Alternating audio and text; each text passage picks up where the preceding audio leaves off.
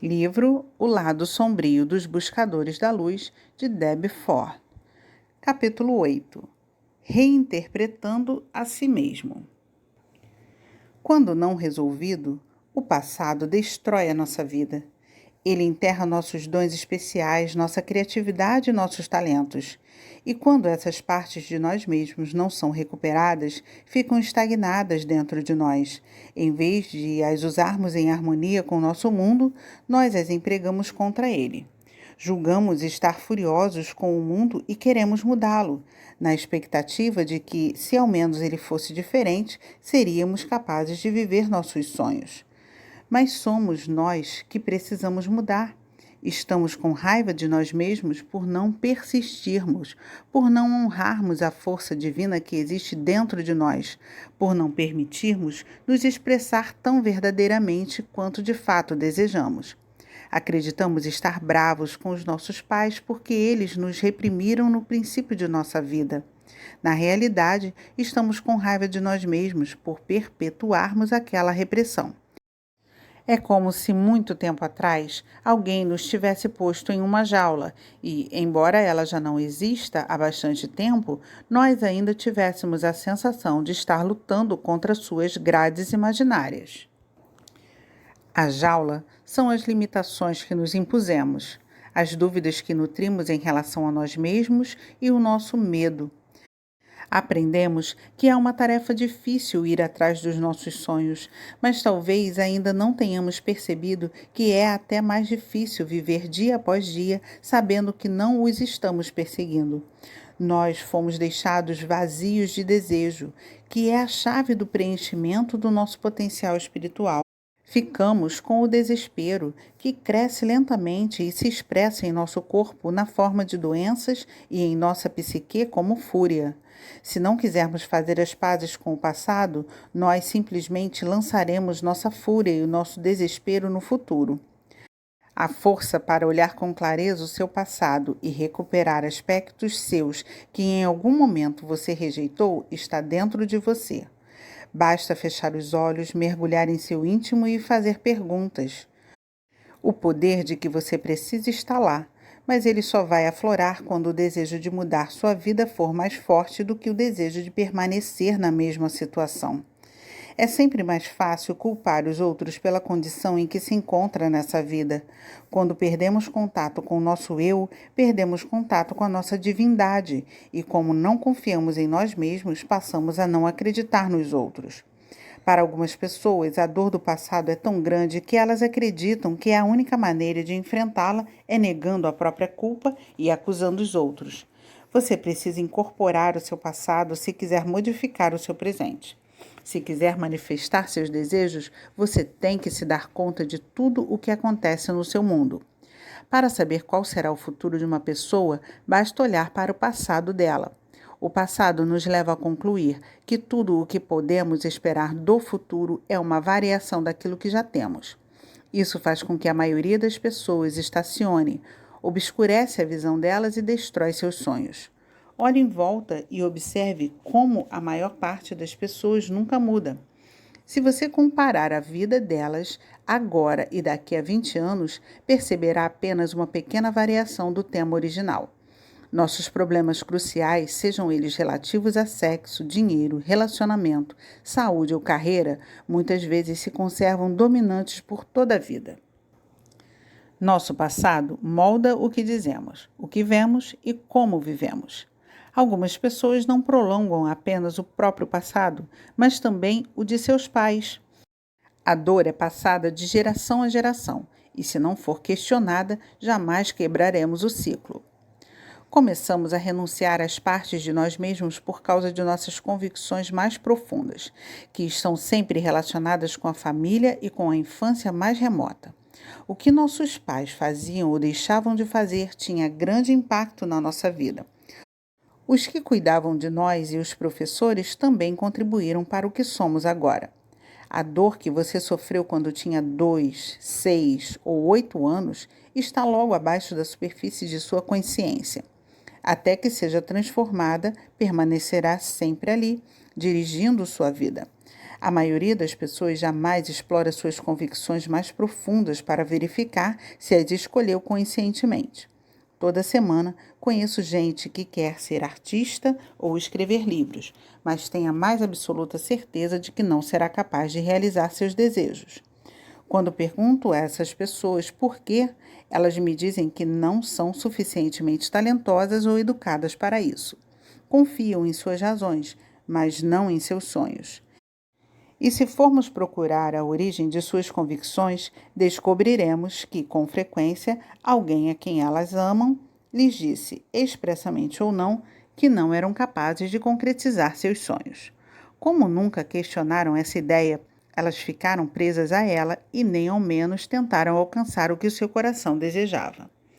As convicções profundas que regem a nossa vida soam mais ou menos assim. Não consigo fazer isso. Isso nunca vai acontecer na minha vida. Não mereço. Não sou bom o bastante para isso.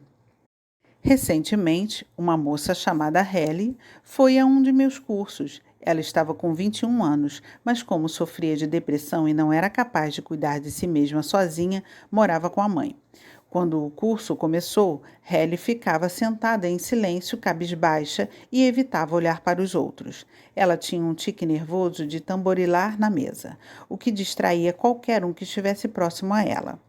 Durante os intervalos para descanso, Helly muitas vezes era encontrada no chão, em posição fetal.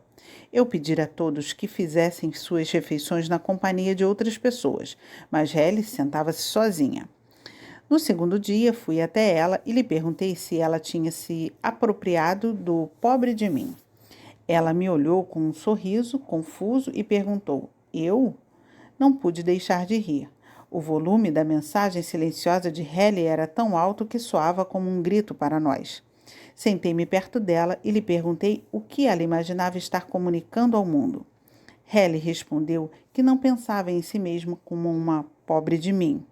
Na verdade, odiava gente pobre de mim, incluindo sua mãe. Quando minha assistente Raquel e eu mostramos a Helly os comportamentos que ela apresentava, todas as peças do quebra-cabeça de sua vida pareciam se encaixar. Helly nos disse que, bem no fundo, acreditava que ninguém pudesse amá-la. Pobre de mim era um jeito de conseguir aceitação. Já que crescera numa casa em que a mãe agia como uma criança, até mesmo falava como criança, Helly aprendera a superar a mãe para atrair atenção. A crença de que não tinha os requisitos para ser amada estava bem escondida da própria Helly, porque ela projetara isso em sua mãe. Ela não conseguia ver a si mesma com clareza. Toda a sua energia era canalizada para crer que não era como a mãe. Mas, quando mostramos a Helly como ela se apresentava a nós, a moça percebeu que seu comportamento era o resultado direto da observação que fazia da mãe. Ao assumir o pobre de mim e conscientizar-se de seu comportamento de menininha, Helly permitiu que os polos opostos a esses traços aflorassem. O que se desenvolveu nela foi: sou uma mulher responsável. Depois de alguns meses, Helly arranjou um emprego e se mudou da casa da mãe para seu próprio apartamento. Sentindo-se confiante, ela começou a se encontrar com um homem e a se relacionar pela primeira vez em anos. Assim que descobriu a convicção profunda que comandava seu comportamento, ao examiná-la honestamente, alcançou a liberdade para escolher um novo caminho para a sua vida. Adotamos inconscientemente muitas convicções de nossas famílias e o restante das escolhas que fazemos é atingido por essas crenças sem que jamais nos perguntemos: essa convicção me valoriza? Com frequência, estamos apenas seguindo os passos dos nossos familiares. Isso é bom quando a realidade que você adota o faz feliz. Mas se isso não acontece, questione a situação. O preconceito, a dor, a culpa e a vergonha são superáveis. Seus problemas são seus ou você os herdou de gerações anteriores? Minha avó é uma preocupada crônica. Sua ideia fixa é a seguinte: alguma coisa ruim está prestes a acontecer. Minha mãe não se preocupa de jeito nenhum, mas eu assumi a preocupação da minha avó. Muitas vezes passa pela minha cabeça o mesmo tipo de pensamento que ela tem. Espelhamos uma na outra nossas preocupações com a segurança do meu filho. Apesar de parecer tão evidente agora, levei anos para perceber que herdara esse traço de minha avó, a qual, por sua vez, herdara de seu pai. Agora, quando percebo que uma preocupação me domina, paro e me pergunto se estou realmente preocupada ou se estou apenas representando uma de minhas velhas crenças arraigadas. Tão logo verifico que não tenho nenhum motivo para me preocupar e reconheço que estou presa a um padrão familiar, posso declarar minha própria verdade. Toda vez que interrompo minhas respostas automáticas, ao me examinar bem de perto, elevo minha conscientização e então posso me libertar do meu passado. Muitas pessoas decidiram que não serão como seus pais, mas precisamos saber que levamos anos assimilando as qualidades positivas e negativas de nossos pais. Eles fizeram o melhor que podiam ao nos dar o passado deles. Não podemos modificar a forma como fomos criados, e quando quisermos procurar lições em nossas experiências, seremos capazes de perceber que cada incidente nos deu a oportunidade de aprender e crescer. Uma de minhas melhores amigas, que fora molestada sexualmente pelo avô durante anos, certa vez me disse: "Agradeço a Deus por tudo o que sofri, pois me tornei uma das pessoas mais desembaraçadas do mundo. Cheguei aonde estou porque aprendi a lidar com toda a dor e a violência do meu passado." Todos os acontecimentos negativos são bênçãos disfarçadas. Alguns escolhem viver sobre a ilusão de que as coisas ruins acontecem sem nenhuma boa razão para isso, mas a dor tem uma função. Ela nos ensina e nos guia para níveis mais altos de consciência. Certa noite, enquanto eu meditava, depois de ter visto 6 rapazes sendo presos e algemados na praia, perguntei a Deus: por que, numa gloriosa noite de verão, esses rapazes acenderam uma fogueira na praia?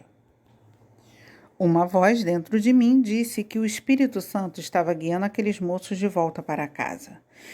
Meter-se em confusão era um chamado da força de Deus existente dentro deles para que despertassem.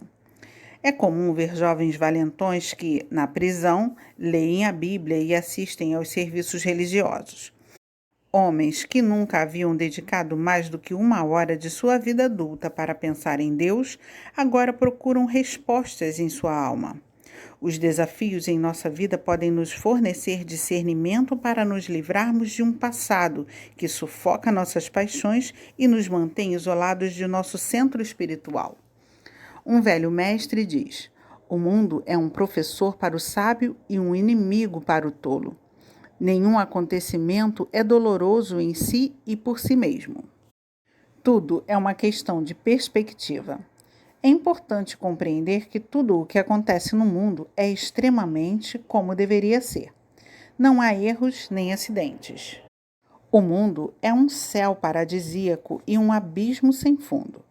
Quando compreendemos que não podemos ter um sem ter o outro, fica mais fácil aceitar o mundo como ele é. Olho para o meu passado, cheio de mentiras e de ilusão, dor e mágoa, drogas e sexo, mas sei que sem todas essas experiências e a escuridão que me acompanhou durante tanto tempo, eu não teria sido capaz de ensinar como faço hoje. Todos os incidentes do meu passado, as noites insones, as lágrimas derramadas, me deixam um pouco mais perto de cumprir a jornada da minha alma. Ninguém diz aquilo que digo da mesma maneira que eu. Ninguém faz as coisas que faço do mesmo jeito que eu. Eu sou eu e você é você. Cada um de nós é único e todos nós temos uma jornada própria e especial. Eu tinha 13 anos quando meus pais se divorciaram. Esse acontecimento me perturbou emocionalmente durante muitos anos. Durante as férias, ficava triste e deprimida, querendo que o ano novo chegasse logo para que as coisas pudessem voltar ao normal. Até que, uma noite, tive a percepção exata daquilo que estava me fazendo sentir tão mal. Sempre passava aquele período de férias com minha mãe, e me ocorreu que o pensamento do meu pai sem os filhos no dia de ação de graças estava me perturbando, e o que mais me incomodava era estar sem meu pai. Eu ficava num estado de espírito sombrio, sabendo que não havia nada que eu pudesse fazer naquela situação. Sentindo-me inútil e impotente, declarei encerrado o passado. Disse em voz alta: eu fiz isso. Eu criara isso, portanto, eu poderia crescer e, se não gostasse da realidade que se apresentasse a mim, teria de criar outra. Comecei a imaginar cenas diferentes: jantar com meu pai mais cedo e cear com minha mãe mais tarde. Imaginei ir visitar apenas meu pai e não ir ver minha mãe. Essas cenas todas me pareciam deprimentes, mas então eu tive uma ideia. Telefonei para minha mãe, que sempre recebia em sua casa no dia de ação de graças, e sugeri que a reunião fosse na minha casa. Ela respondeu com entusiasmo à ideia. Em seguida, sugeri calmamente que gostaria de convidar meu pai e a família dele. Disse-lhe que significaria muito para mim vê-los todos reunidos. A princípio, ela permaneceu em silêncio. Pensei que a linha tivesse caído, até que ouvi minha mãe dizer: se é isso que você quer, vá em frente. Muito contente, telefonei a papai para convidá-lo e a toda a sua família para virem à minha casa naquele dia especial. Ele ficou surpreso e me perguntou o que minha mãe iria fazer. Disse-lhe que ela também viria com toda a família. Ele concordou e assim foi. Em poucos instantes, eu criara uma situação que jamais julgara possível. Quando telefonei para minha irmã e o meu irmão e lhes contei que todos iriam passar o dia de ação de graças em minha casa, eles ficaram surpresos e céticos, mas compareceram. A reunião foi um sucesso. Eu convidara alguns amigos com as respectivas famílias para diminuir a tensão e poder arrumar mesas bem grandes e compridas, que acomodassem a todos. 33 pessoas estavam presentes. Cada uma havia trazido seu prato favorito e todos revelavam um genuíno espírito festivo. Nos 3 anos seguintes, até vender minha casa e me mudar para o Oeste, fui anfitriã desses jantares que incluíram os 2 lados da família. Ao assumir a responsabilidade, fui capaz de ver emergir uma nova realidade que ainda hoje me parece um milagre. Para extrair sabedoria e liberdade do seu passado, você precisa assumir responsabilidade em relação aos eventos que aconteceram em sua vida. Assumir responsabilidade significa ser capaz de dizer a si mesmo: eu fiz isso. Há uma grande diferença entre o mundo fazer coisas a você e você fazer coisas a si mesmo. Quando assume a responsabilidade pelos acontecimentos da sua vida e pela interpretação desses eventos, você sai do mundo infantil e entra no mundo adulto. Ao chamar para si a responsabilidade pela sua ação ou omissão, você desiste da velha história do "porque eu" e transforma em "isso me aconteceu porque eu precisava aprender uma lição. Isso faz parte da minha jornada." Segundo Nietzsche, querer afastar o passado é querer afastar a nós mesmos da nossa vida. É quase impossível encaminhar nossa vida numa determinada direção enquanto não entrarmos em acordo com o nosso passado. Cada acontecimento importante para nós muda nossa visão do mundo e de nós mesmos. O pensamento de rever o passado muitas vezes é assustador, mas é uma parte essencial do processo. Nosso passado é uma bênção que orienta e ensina, que carrega consigo tanto as mensagens positivas quanto as negativas. Certo dia, uma amiga me telefonou para reclamar da vida. Cada vez que Nancy se olhava no espelho, constatava que seu corpo estava ficando mais flácido e o seu rosto mais parecido com o de sua mãe. Ela disse que podia ver todo o esgotamento, a preocupação e o desapontamento gravados no seu rosto. Nancy me perguntou o que deveria fazer para lidar com as ondas de calor que a acometiam e com o seu rosto triste e desabado. Disse-me que percebera que estava engordando para parecer grávida, como se assim pudesse recuperar a mocidade perdida. Juntas, Nancy e eu montamos um programa para ela escrever um diário, meditar e fazer um trabalho de liberação da raiva durante 28 dias. Ela precisava encerrar o passado e liberar suas emoções acumuladas. Nancy voluntariamente se abriu e, enquanto usava o bastão contra as almofadas, fixava-se nas palavras: velha, gorda, patética e feia, que traduziam o que ela não queria ser. Depois de 28 dias de liberação, Nancy se sentiu pronta. Ao longo do caminho surgiram problemas diferentes, por isso ela levou o tempo que achou necessário para registrar e inventar novas interpretações para cada acontecimento. Foi um mês longo, mas no final ela se sentiu totalmente preparada para se amar e se valorizar. Nancy passou os 28 dias seguintes amando cada parte daquilo que ela era. Disse-me que precisava ser abraçada e beijada. Então, abraçou e beijou a si mesma. Ela se perdoou por completo. Afinal, estava em paz. Nancy me ligou há pouco tempo para me contar que decidiu fazer uma plástica no rosto. Ela comentou que, tendo incorporado a velha, agora podia incorporar a moça, numa etapa inteiramente nova. Queria saber se eu achava que ela ainda estava fugindo da velha. Depois de conversarmos um pouco, ficou evidente que Nancy não precisava da cirurgia, mas aquela era uma decisão que poderia aumentar o potencial dela na vida pessoal e profissional. Nancy é esteticista e maquiadora de artistas. Expliquei-lhe que muitas pessoas amam a si mesmas do jeito que são, mas optam por raspar as axilas ou depilar o buço. Fazemos essas coisas para ter uma aparência melhor, e não há nada de errado em relação a isso, desde que seja a escolha de cada um e desde que não estejamos fugindo de nós mesmos. Nancy me contou que tudo se encaixara como por milagre. Certo dia, no consultório de um cirurgião plástico, onde ela trabalhava durante meio período, as enfermeiras lhe perguntaram se ela gostaria de criar um rosto no computador. Nancy achou que seria engraçado. Ela viu sua nova imagem, mas ainda não pensara seriamente em submeter-se à operação. Meses depois, Nancy mencionou a experiência para o marido.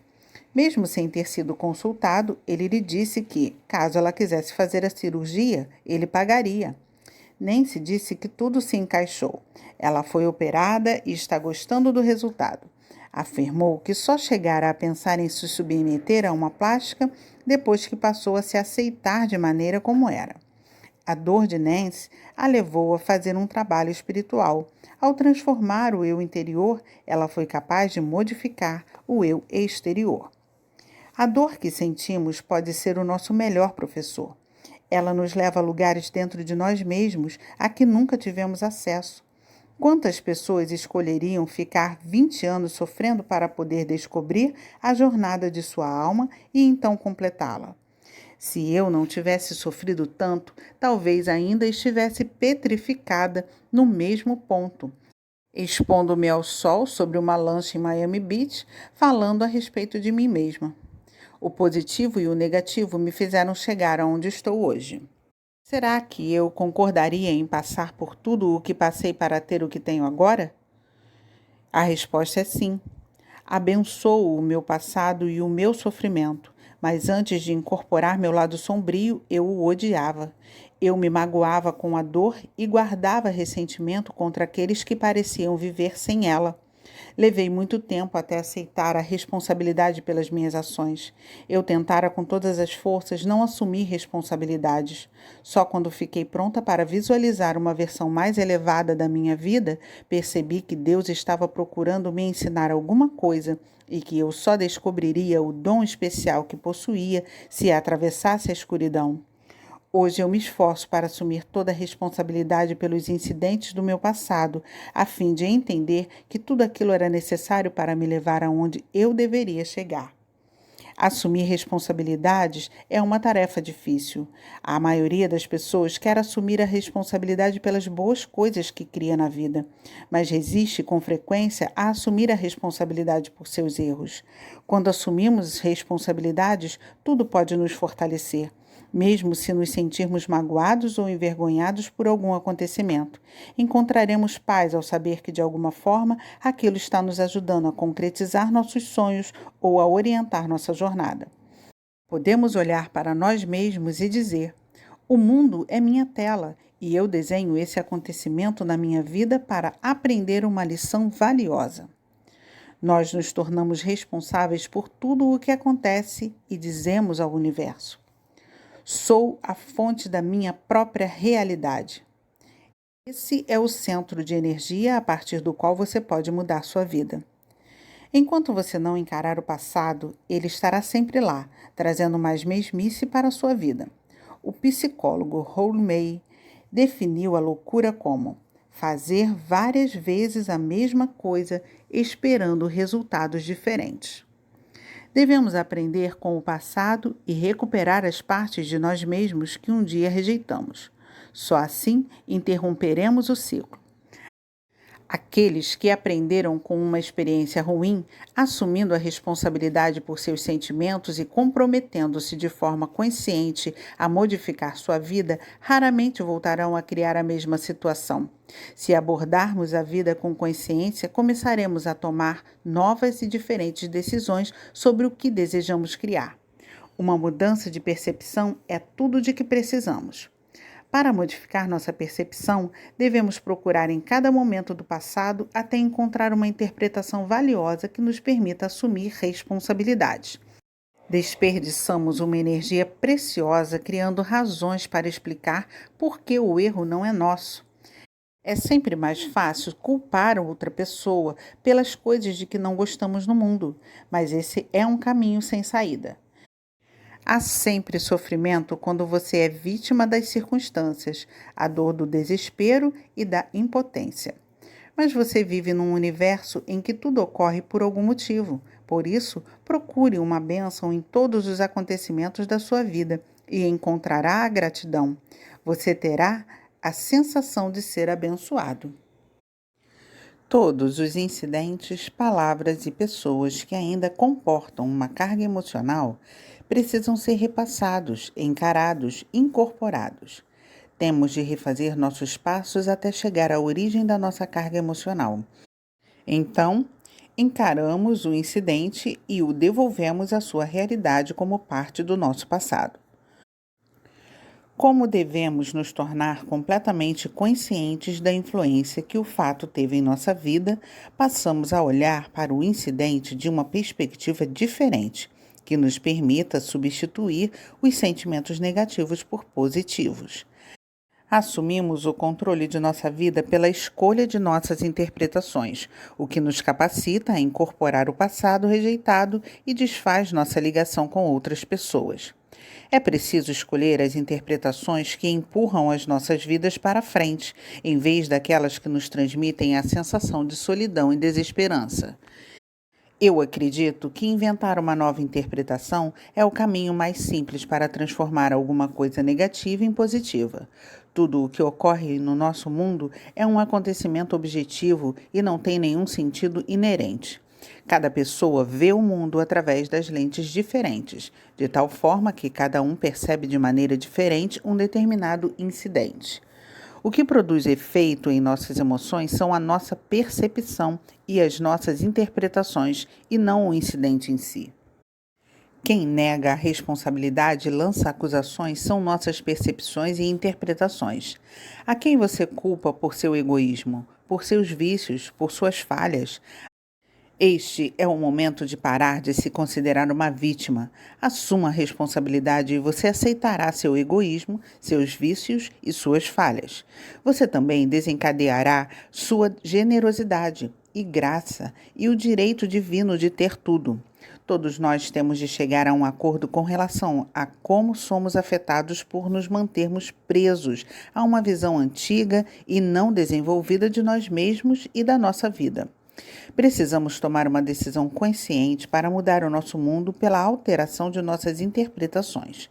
Ao mudar a interpretação de uma palavra, não só ela perde a conotação negativa, como devolve a você seu próprio valor. O exercício descrito a seguir vai ajudá-lo a mudar suas interpretações. Escolherei uma palavra para que, para mim, ainda tenha uma carga emocional e que não quero que me atribuam. A palavra a qual quero dar uma nova interpretação é feia. Percorro minhas lembranças e descubro um incidente que me fez sofrer e formou a minha opinião sobre feiura. Ao repassar o acontecido, lembro-me de que meu pai, para me provocar quando eu era bem pequena, chamava-me de nariz de porco e cabrita. A minha interpretação. Meu pai não gosta de mim e me acha feia. Sei que esse pensamento me feriu, portanto preciso me decidir a encarar o incidente. Resolvo passar pelos sentimentos de dor, humilhação e vergonha que ainda sinto em relação àquele momento e àquela palavra. E então começo a criar uma nova interpretação do acontecimento a fim de incorporar a feia. Novas interpretações. Positivas. 1. Sou bonita, por isso meu pai ficava nervoso perto de mim, e a única maneira que ele encontrava para lidar com esse nervosismo era me chamando de nomes que considerava engraçadinhos. 2. Meu pai considerava esses nomes engraçadinhos e o usava com carinho. 3. Meu pai gostava tanto de mim que queria me preparar para o mundo real. Pensava que poderia me proteger ao fazer pouco da minha beleza. Negativas. 1. Meu pai me odiava e estava tentando estragar a minha vida para sempre. 2. Meu pai me julgava verdadeiramente feia e a única maneira que ele encontrava para lidar com isso era me provocando. Agora posso examinar todas essas interpretações e verificar quais me fazem sentir bem e quais me fazem sentir mal. E posso decidir substituir minha interpretação antiga e negativa por uma nova e positiva. Sempre pergunto a mim mesma: essa interpretação me valoriza ou desvaloriza? Faz-me sentir fraca ou forte? Se você tiver um diálogo interior que o desvalorize, nada mudará até que o substitua por uma conversa interior positiva e de peso. Mas muitas pessoas são teimosas e viciadas em sofrer, o que não lhes permite uma nova interpretação. Por isso é tão importante que você escreva e examine em cada detalhe tudo aquilo que perceber num determinado incidente. Quando quisermos nos divertir um pouco e brincar com nossas interpretações, poderemos reexaminar as opções. Se as retirarmos da escuridão e as expusermos à luz, é possível que elas sejam recuperadas. A nova interpretação que escolhi para essa situação foi que meu pai gostava tanto de mim que queria me preparar para o mundo real. Ele achava que poderia me proteger ao fazer pouco da minha beleza. Escolhi essa porque me fez rir. Ela me pareceu um tanto ridícula quando a escrevi, mas assim que fechei os olhos e me perguntei qual das interpretações nutria mais a minha alma, percebi que era essa, já que eu decidira substituir a antiga interpretação. Estava pronta para incorporar a feia, sem sentir o sofrimento do passado. Naquele momento, meu ponto interno de referência se alterara, e aquele velho hábito do meu pai quase me parecia uma brincadeira leve e carinhosa. Sem me importar com seus verdadeiros motivos, agora estou em paz com aquela experiência. Não ando mais por aí com medo de que alguém me ache feia, nem projeto a feiura que via em mim e em outras pessoas. O benefício da feiura é a liberdade de sair de casa sem pentear o cabelo ou sem me maquiar, e ainda assim me sentir ótima. Você pode usar o exercício que acabamos de fazer com qualquer incidente ou palavra com que tiver problemas, sejam eles triviais ou graves. Uma mulher com quem eu estava fazendo um trabalho desse tipo encontrou uma grande e explicável dificuldade em descobrir algum benefício no fato de ter sido estuprada sobre a mira de um revólver. O que restara da experiência fora a sensação de ser uma prostituta repugnante e vulgar que merecera aquilo. Essa interpretação a acompanhava havia 15 anos. Pedi-lhe que tentasse inventar 3 interpretações positivas e mais 2 negativas. Ela poderia ver claramente que a que escolhera era dolorosa e a desvalorizava. E então ela inventou as negativas em primeiro lugar. Negativas. 1. Como eu era rebelde e odiava meus pais, vestia-me de maneira provocante e recebi o que merecia. 2. Faço parte da ralé que não tem valor. Mereço que usem e abusem de mim. Positivas. 1. Eu era uma garota jovem e ingênua que tentava fazer parte de um grupo. Aquele acontecimento fez com que eu me tornasse uma pessoa mais consciente, cuidadosa e atenta. 2. Aquele incidente foi uma bênção disfarçada, cujo resultado foi eu ter aprendido a respeitar a mim e ao meu corpo. 3. Aprendi que jamais teria de me transformar em vítima outra vez. Aquele incidente foi um aviso, parte do plano divino para despertar o meu eu espiritual. Assim que Hannah chegou a todas essas interpretações, percebeu que tinha uma escolha. Havíamos abordado as interpretações negativas em primeiro lugar porque Hannah achava que era impossível criar alguma positiva. Mas, quando terminamos, Hannah já era capaz de descobrir diferentes interpretações que a valorizavam. Ela até mesmo admitiu que aquela que escolhera parecia ser a verdadeira, a segunda interpretação de relação positiva. Aquele incidente foi uma bênção disfarçada, cujo resultado foi eu ter aprendido a respeitar a mim e ao meu corpo. Assim que Hannah decidiu alterar sua interpretação primitiva, sentiu que já conseguia incorporar inconsistente e repugnante, as duas palavras que haviam dirigido sua vida durante 15 anos. Ao deixar que esses aspectos de si mesma a presenteassem com o seu benefício, ela também deu espaço para que seus polos opostos emergissem. Orgulhosa e bonita era o que Hannah desejava ser, e naquele momento ela passava a ter acesso completo a essas características de si mesma. À medida que você for se tornando mais consciente, ficará cada vez mais evidente que é sua a responsabilidade de escolher interpretações que o valorizem. Às vezes é mais fácil sentir-se vítima, mas uma perspectiva negativa lhe dá a garantia de receber mais carga do mesmo tipo. Quanto mais consciente você estiver dos benefícios da vida, mais rapidamente escolherá suas próprias perspectivas a respeito de tudo o que lhe acontece. Acontecimentos trágicos ocorrem com todos nós. Isso faz parte da vida. É preciso coragem para enriquecer-se por meio desses acontecimentos, mas se você usar esses períodos para crescer, eles se tornarão bênçãos. Outro exemplo de coragem é a vida de uma linda jovem chamada Júlia. Durante alguns anos, ela desejara ansiosamente ter um bebê. E quando ela finalmente engravidou, ela e o marido ficaram em êxtase. Ao se aproximar da 14ª semana de gestação, Júlia percebeu que estava tendo um sangramento. Assustada, procurou imediatamente sua obstetra. Como não conseguiam ouvir o batimento cardíaco do bebê, ela se submeteu a uma ultrassonografia. De novo, não detectaram o batimento cardíaco. O bebê estava morto. Júlia ficou arrasada. Chorou durante dias, lamentando sua perda. Enquanto o feto morto ainda estava dentro de Júlia, tive a oportunidade de trabalhar com ela terapeuticamente. Pedi-lhe uma interpretação para esse acontecimento tão triste. Júlia começou a chorar e disse: "Não sou boa o suficiente para gerar uma criança. As bebidas que tomei antes de saber que estava grávida devem ter prejudicado o bebê." A natural dor de seu pesar, Júlia acrescentava a culpa que atribuía a si própria. À medida que fomos conversando, ficou claro para mim que Júlia queria tornar sagrado esse acontecimento, encarando-o não apenas como mais uma coisa ruim que acontecera a ela. Quando começamos nosso trabalho, Júlia quis criar as interpretações negativas em primeiro lugar. Negativas. 1. Jamais serei capaz de chegar ao final de uma gravidez porque sou geneticamente defeituosa. 2.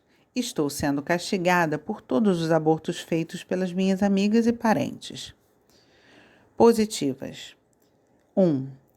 Isso foi um exercício prático para o meu corpo, preparando o caminho para o bebê que amarei e acalentarei. 2. Essa é a confirmação de que meu desejo de ter um bebê é real. Não sinto mais nenhuma ambivalência a respeito disso. 3. A dor da perda e da separação deu-me a experiência que me ajudará a ser uma mãe melhor. Júlia escolheu a terceira interpretação positiva. A dor da perda e da separação deu-me a experiência que me ajudará a ser uma mãe melhor. Ela sentiu o poder dessa interpretação em seu corpo, sabendo que acidentes não existem. Júlia quis se lembrar dessa criança mais pelo benefício que ela trouxe do que pela dor. Esse foi, de fato, um ato de amor e coragem. Deu forças a Júlia para que prosseguisse sua vida e estivesse pronta para a linda criança de quem ela finalmente se tornaria mãe. Precisamos confiar em que, se fizermos tudo o que é necessário para limpar o passado e assumir nosso sofrimento, encontraremos nossos benefícios particulares, o ouro na escuridão. Se dermos oportunidade ao universo, ele nos dará mais do que conseguimos imaginar. Cada pessoa vem ao mundo com uma missão diferente e cabe a nós desempenhá-la. Dessa perspectiva, você perceberá que todos os acontecimentos do seu passado lhe deram a oportunidade de aprender, crescer, mudar e explorar. Quando nos reconciliamos com o passado, o processo de recuperar nossas projeções fica mais fácil. Emoções e comportamentos rejeitados esgotam em nós o poder e a capacidade de sermos excelentes.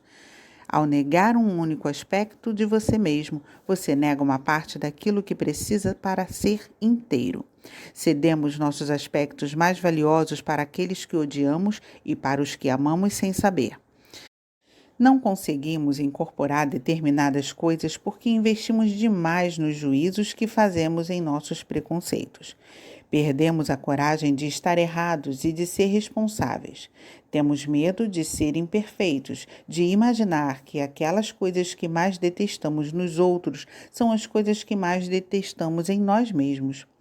Tememos que nosso poder e nosso brilhantismo acabem por nos isolar, porque tudo o que vemos ao redor é mediocridade.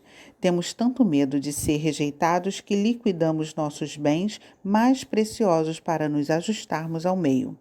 Foi-nos ensinado que isso era um meio de sobrevivência e agimos assim até o momento em que não suportamos mais a nós mesmos. As emoções nocivas tornam-se, então, de tal modo dolorosas que criamos situações na vida para provar continuamente que somos inúteis e que não merecemos a realização de nossos sonhos. E só você pode interromper o círculo vicioso. Só você pode dizer: chega, quero minha grandeza, mereço meu brilhantismo, minha criatividade e minha divindade. Vivi durante anos a experiência dolorosa da falta de confiança em relação aos homens com quem me relacionei mais intimamente. Eu acreditava que não se podia confiar nos homens e que, se surgisse a oportunidade, eles seriam infiéis. Jamais me ocorreu que isso não tinha nada a ver comigo. Assim, eu perseguia o tempo todo os meus namorados com a ameaça de acabar o nosso relacionamento se eles fizessem qualquer coisa que pusesse em risco a exclusividade da relação. Até que um companheiro meu sugeriu que eu estava projetando nele a minha própria falta de confiabilidade. Rejeitei imediatamente a ideia. Com certeza eu era leal e digna de confiança. Mais tarde, depois de uma discussão, percebi que a primeira coisa que fiz foi pensar no próximo homem com quem eu manteria um relacionamento, meu próximo senhor certinho. Nós nem havíamos conversado a respeito de terminar nosso relacionamento e eu já estava fantasiando um caso com outro homem. Mas, como eu me convenci de que aquilo era uma fantasia, consegui negar essa parte de mim mesma. Tão logo fui capaz de tomar conhecimento da minha falta de confiabilidade, parei de projetar minha desconfiança naqueles que estavam à minha volta. Foi muito desagradável descobrir que era eu que criava tumultos nos meus relacionamentos. Minha primeira resposta foi sentir aversão por aquilo que eu encarava como uma parte doentia de mim mesma. Fechei os olhos para ver se conseguia falar com minha subpersonalidade não confiável. A primeira imagem que me veio à mente foi uma menininha frágil que tremia à simples visão de um homem. Seu nome era Adriana Apavorada. Quando perguntei a ela do que ela precisava para se recuperar, ela me respondeu: piedade. Ouvir suas palavras e perceber seu medo abriram o meu coração. Decidi-me a sentir o meu próprio medo e, com os olhos fechados, abracei Adriana apavorada. Ter compaixão por nós mesmos é essencial. Se ela nos falta, ficamos com medo e indispostos em relação à nossa própria pessoa. Já que é intolerável odiar a si mesmo, projetamos esse rancor contra o mundo. Preferimos ser vítimas do mundo a sê-lo de nós mesmos, e ao jogar a culpa no mundo, conseguimos evitar o sofrimento de encarar o nosso eu. Agora é o momento de olhar honestamente para todos aqueles em relação a quem você reagiu de uma forma mais intensa. Sua mãe, seu pai, seu companheiro, seu chefe ou seus melhores amigos. Faça uma lista de quem são eles e quais as características deles que o irritam. Esse é um processo de descobrimento contínuo. Assim que você se apropriar de uma leva de traços, uma outra se apresentará a você. Se restar algum ressentimento, ele funcionará como uma bandeira vermelha para avisá-lo de que você ainda está energeticamente ligado. Em seu livro Um Curso Apaixonado, Joan Gattuso ilustrou um exercício fácil que ela aprendeu com o escritor Ken Kayas. Escreva o nome de uma pessoa que o incomoda no alto de uma página. Trace uma linha dividindo a página ao meio e escreva todas as qualidades que você aprecia nessa pessoa de um lado e todas as coisas de que não gosta do outro. Mesmo quando não gostamos de alguém, normalmente é possível descobrir alguma coisa a ser apreciada nessa pessoa. Sua lista pode ficar assim: Marta. Positivas: bom gosto, apaixonada pelo trabalho. Negativas: preguiçosa, desleixada, exaltada e barulhenta. Agora, escreva antes de cada item da coluna à esquerda: eu me amo quando... Eu me amo quando tenho bom gosto. Eu me amo quando me sinto apaixonado pelo meu trabalho. E então, escreva antes de cada item a coluna à direita: não gosto de mim mesma quando... Não gosto de mim mesmo quando sou preguiçoso. Não gosto de mim mesmo quando sou desleixado. Não gosto de mim mesmo quando sou exaltado. Não gosto de mim mesmo quando sou barulhento. Essa é uma maneira simples de reconhecer que aquilo que você percebe em relação a outras pessoas se refere, na verdade, a você. Certo dia, recebi um telefonema de minha amiga Laurie, que frequentara o meu curso. Ela estava muito desgostosa. Durante anos, Laurie admirara Cristina, uma antiga colega de quarto da faculdade, mas de repente, na última hora, Cristina voltara atrás em alguns planos que haviam feito juntas, deixando Laurie muito chateada. Ela me disse que Cristina era uma sabe-tudo, arrogante, mimada e egoísta. Lembrei delicadamente a Laurie que, quando nos sentimos muito atingidos pelo comportamento de alguém, é porque estamos projetando uma de nossas qualidades rejeitadas. Laurie insistiu que isso não tinha nada a ver com ela. Ela sentia que Cristina finalmente estava mostrando seu verdadeiro caráter. Pedi a Laurie que fizesse uma lista de tudo o que apreciava e o que não apreciava em Cristina. Descrevo a seguir. Cristina. Positivas: líder, elegante, mística, bem-sucedida, bonita. Negativas: egocêntrica, egoísta, arrogante, sabe tudo, descuidada. Laurie foi seguindo os traços positivos e escreveu: gosto de mim quando sou líder, elegante, mística, bem-sucedida e quando estou bonita. E então escreveu: não gosto de mim quando sou egocêntrica, egoísta, arrogante, sabe-tudo e descuidada. Laurie percebeu que não estava se apropriando dos aspectos negativos de Cristina, nem dos positivos. Laurie havia transmitido todo o seu potencial para Cristina ao projetar nela todos os aspectos positivos a que ela não estava ligada. Quando Cristina desapontou Laurie, revelando suas interpretações, Laurie sentiu-se enganada. Ao descobrir que aquela mulher perfeita, mística, bonita e elegante tinha imperfeições, isso ressaltou as imperfeições de Laurie. Laurie tinha projetado tanto do seu eu rejeitado em Cristina que se sentiu perdida e furiosa quando Cristina se apresentou como era na realidade. Para poder se desligar, Laurie precisava recuperar as partes de si mesma que projetara em Cristina. Aconselhei Laurie a escrever uma carta para Cristina a fim de expressar o que estava sentindo. Mesmo que ela jamais enviasse a carta, era importante que fosse capaz de expor a raiva e o ressentimento que a estavam sufocando. Quando acabou de escrever, Laurie decidiu que não queria transmitir seu potencial para Cristina ou para quem quer que fosse.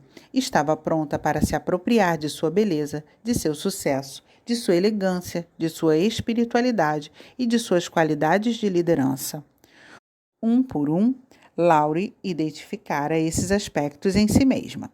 Ela recuperou todas as suas projeções positivas e então as negativas. Para Laurie, era mais difícil apropriar-se das positivas do que das negativas. De fato, assim que ela incorporou as positivas, as negativas ficaram sem carga emocional. Quando possuímos completamente uma coisa de um só lado da balança, muitas vezes isso traz a qualidade oposta para estabelecer o equilíbrio. Cristina não passou de um catalisador para Laurie descobrir sua beleza e sua própria luz. As pessoas aparecem na nossa vida para que restauremos a nossa integridade. A margem de acerto pela qual a maioria das pessoas julga a si mesma é muito estreita. Se tudo o que for bom ficar de um lado e o ruim do outro, viveremos no meio, apropriando-nos de uma pequena porção da parte boa e uma pequena porção da parte ruim. Precisamos aprender a viver em toda a extensão da capacidade humana, sem nos sentirmos mal ao fazer isso. Todas as emoções e os impulsos são perfeitamente humanos. Temos que incorporar a escuridão para poder incorporar a luz. Deus, Espírito, Amor. Para mim, eles são uma coisa só. Eles sempre estão lá, mesmo que não os vejamos, à espera de que nós o convidemos. A entrada fica em nosso coração. Quando quisermos abrir o coração a tudo o que existe e começarmos a procurar o lado bom de tudo, em vez do ruim, então veremos a Deus, veremos o amor. É essencial que nos lembremos de que quem escolhe o que quer ver somos nós, da mesma forma que nós procuramos todas as lições que aprendemos nessa vida. Todo incidente, não importa o quanto ele seja horrível, traz um benefício para você. E, se você alcançar seu benefício, eu alcançarei o meu, porque eu sou você e você sou eu no mundo espiritual. Exercícios. Em alguns minutos, prepare um ambiente descontraído. Agora, feche os olhos e respire 5 vezes, devagar e profundamente. Imagine-se entrando no seu elevador interno e desça 7 andares. Quando a porta se abrir, você estará em seu jardim sagrado. Caminhe até seu lugar de meditação, enquanto desfruta a beleza do seu jardim. Então, faça esta pergunta a si mesmo. Quais são as crenças mais arraigadas que estão dirigindo minha vida? Espere alguns minutos e faça uma lista de suas convicções mais profundas. Depois, feche os olhos e imagine a primeira afirmação da sua lista. Pergunte a si mesmo as questões que vêm a seguir. Não tenha pressa e preste atenção às respostas que vão brotando de dentro de você. A. Essa ideia é minha ou eu a adotei? B. Por que carrego essa convicção? C. Essa crença me valoriza? Reserve um tempo para escrever no seu diário quando tiver respondido a todas as perguntas. Exercício 2. Escreva uma cartinha para cada crença da sua lista, agradecendo pelo serviço prestado. Em seguida, invente uma crença nova para substituir a antiga. Comprometa-se verbalmente a honrar essa nova crença. Então, abra os olhos e escreva a nova crença que o valoriza. Exercício 3. Escreva uma palavra que você ainda não consiga incorporar ou amar completamente. Feche os olhos e descubra um incidente na sua vida que o afetou de tal modo que você tornou essa qualidade ofensiva. Agora, escreva sua interpretação do incidente. Embaixo dela, escreva 5 novas interpretações do acontecimento, 3 positivas e 2 negativas. Se não conseguir pensar em nenhuma, peça ajuda a seus amigos ou familiares. Inventar novas interpretações é um ato criativo que exige prática. Em vez de ficar preso a uma interpretação, tente várias. Você quer se desprender da interpretação que tem sido a causa do seu sofrimento. Se tiver alguma dúvida, consulte a página 150.